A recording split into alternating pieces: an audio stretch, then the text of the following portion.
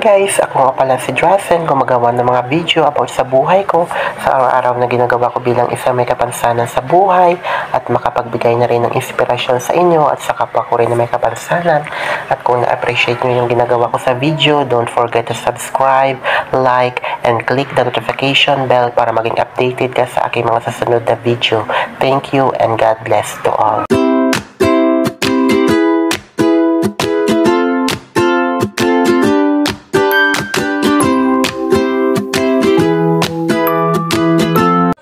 Hi guys! Welcome to my vlog.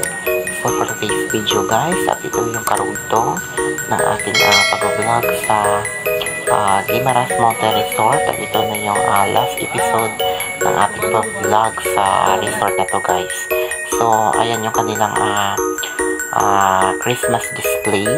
At meron sila mga figurine at mga Christmas tree, mga mini Christmas tree. So ayan yung nilang Christmas display. So ayan ako guys, at ayan pinabidyo ko yung aking pinsan. So ayan guys, umaga na dyan. At ayan yung kanilang isa pang aquarium na merong malakisda sa harap ng kanilang Christmas display. So ayan ako guys, so ayan yung kanilang palang restaurant. At yung dyan kumakain yung mga bisita.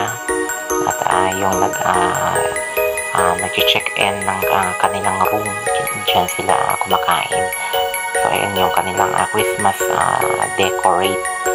Ayan yung nila, yung pagka-set up nila ng kanilang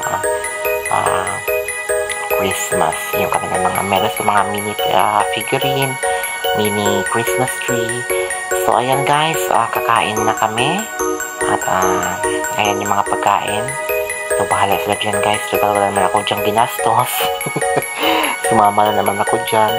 So, kakain na naman ako. So, bahala sila kung ano yung pagkain na in-order nila. Basta ako kakain lang ako. Parang may sariling ako mundo dyan guys na ayun. Basta ako makakain lang ako. At maka-vlog lang ako dyan. Diba, okay na ako. So, ayan mga pagkain nila. Grabe ang mamahal ng mga pagkain nila. Pero, ang sasarap naman ng panglasa. So, ayan, meron silang butter shrimp.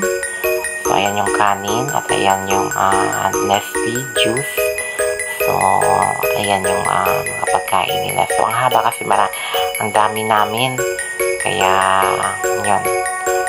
Talagang family bonding na rin. At, yun kung magkasama talaga ako sa kanila para makapag-vlog, syempre makapag-relax na din, at syempre maranasan din natin ang kumbaga pumunta sa mga resort na mga ganyan na mga na mga kaganapan.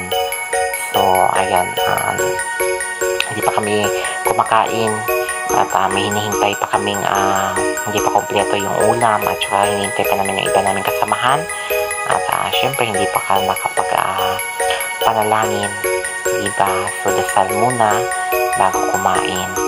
So ayan, talagang hintay-hintay ka pa talaga. So ako yan dyan ang nagbibideo. So ikot-ikot lang yung camera ko kasi hindi mahirap na talaga na ako pa yung magpapaikot ng wheelchair ko. Ako pa yung nakabideo, so ang hirap. So dyan na lang ako ng aking camera ko, mag-adjust lang sa pag-ikot-ikot ng aking camera. So ayan yung pinsan ko. At ayan ako guys, yung picture taking pa ako sa hagdan, sa fire exit ng resort na yan. So ayan yung sa taas na yan guys. Ayan yung sa room namin. So ayan lang guys, bye bye.